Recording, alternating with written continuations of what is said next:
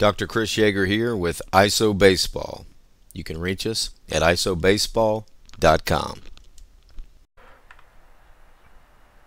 I guess I'm kind of beating a dead horse here, but I'd like for you to do one more experiment just to kind of make sure that you know for a fact that this bug squish, the internal rotation, the spinning of the spinning forward of the back leg isn't what creates pelvic rotation. If you were going to try to open your hips or rotate your pelvis by spinning your leg, you can do that. Again, I don't recommend it. I recommend just a straight line lateral press by the back leg. But you could turn the femur to open the hips, okay?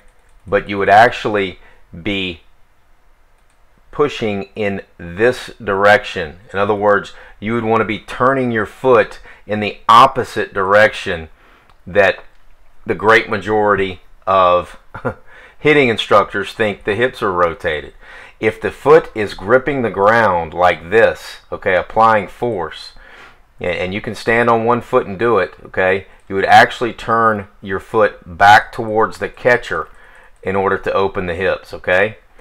And you would turn the foot in the opposite direction. You would turn it in the bug squishing direction, out towards the pitcher, would actually turn your hips back that way. So the bug squish turn actually brings the hips backwards.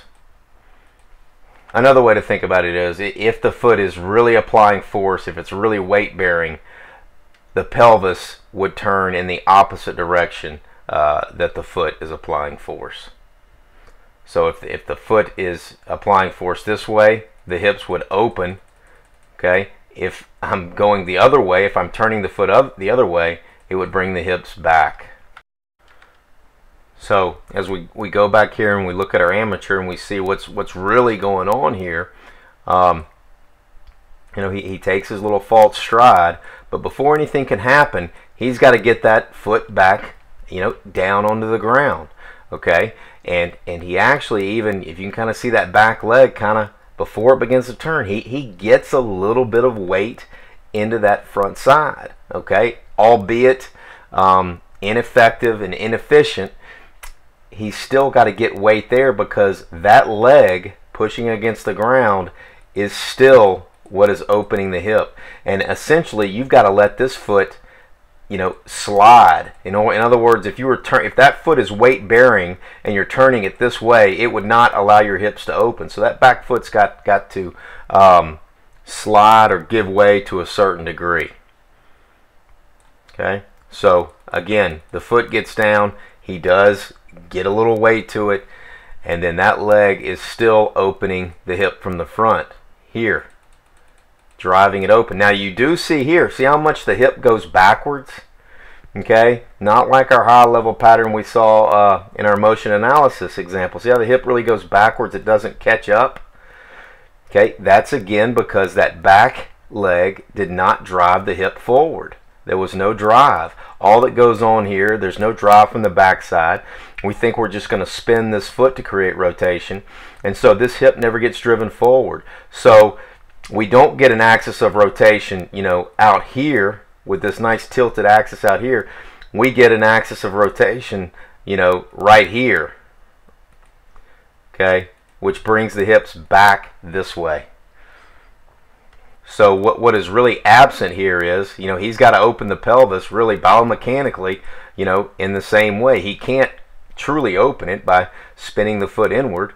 It doesn't work. He's got to get weight here to the front leg and the hips open from the front. But I hope you see the difference is this leg contributes very little to the process. So there's no drive, there's less momentum. The back hip doesn't get driven to the front side. Instead, the front hip gets driven backwards. Okay, and that's what people are coaching around. People are coaching the back leg not to drive against the front side, but rather just to spin in the same place, get the foot down early, eliminate the function of the stride, and then just spin the back leg. You know, they don't even realize that it's still even there. From a biomechanical standpoint, it's still the front leg that has to open the hip.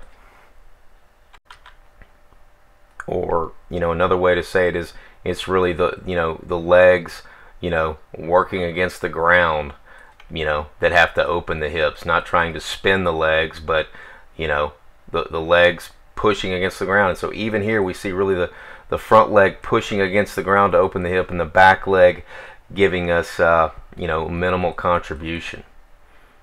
So, you know, we're not really making good use of the ground there. There's no drive from the back side, but it is still, you know, the legs kind of working against the ground, working on the pelvis to open it. Okay. Okay, so how do we train for high-level pelvic rotation? Well, our ISO belt can certainly assist with that. This is our leverage trainer attachment. Okay, it works with the ISO belt here. It attaches out front. There's resistance applied out in front of the batter that will assist the drive from the backside and assist the hitter in getting off the backside. The ring slides along the belt to allow free and easy hip rotation. But we call this attachment point the leverage trainer, because while it's true the resistance out front helps us off the back, more importantly it encourages us to stay leveraged behind the front side. In other words, if we allow our body to get on top of this front foot, this cord is going to pull us over. We really have got to work on staying leveraged behind the front side, keeping the body's center of gravity behind that front foot. Knee behind foot, hip behind knee, shoulder behind hip, and head behind the baseball. So the leverage trainer assists the proper back leg action of driving laterally and the proper front leg action by posting up with leverage to drive the hip open from the front. Here's another look with a major league hitter, again with the leverage trainer out front. And he loads the back side. When the foot is off the ground, the back leg is loaded. The resistance out front, again, is going to assist in the abduction or the sideways pressing of that back leg to help him get weight off of the back side, get energy off of the back side, and get it into the front side. Just a great position right there. But at the same time, if he allows his center of gravity or his body's weight to get too far on top, this added resistance is going to pull him over. So he's really encouraged by the resistance out front to stay leveraged and stay behind that front side. You can see when the foot comes down, we're in our classic ISO position. You know, we've pressed laterally. The front side is still square. Front foot, front knee, front shoulder. You know, we're tilted at the front hip. The elbow is slotted. The barrel is stacked above the hands. Lead arm is back, not locked out, but back. The back foot, you know, still pointing straight ahead. You're not trying to spin it there. Okay, and then we're going to hit leverage behind that front side. You know, again, at this point, you know, the weight is off the back side. You can really see that there, how the weight, you know, he's pressed here. He's driven the back hip towards the front. Okay, the front leg is working to open the hips from the front. There's virtually no weight on the back side at this point. At this point, it's off the ground. And so this extra resistance that we've got working out here from the leverage trainer has also given us a big time strengthening effect in that front leg. We've got added resistance that we're working against at this point in time in the swing. All of the weight is held on this front side, and so we're really increasing the load, and we're going to force some improvements and some strengthenings on the ability of this front leg to stabilize during the swing. It's vitally important that front leg is strong and it's able to stabilize, and the added resistance that the leverage trainer provides is going to help with that.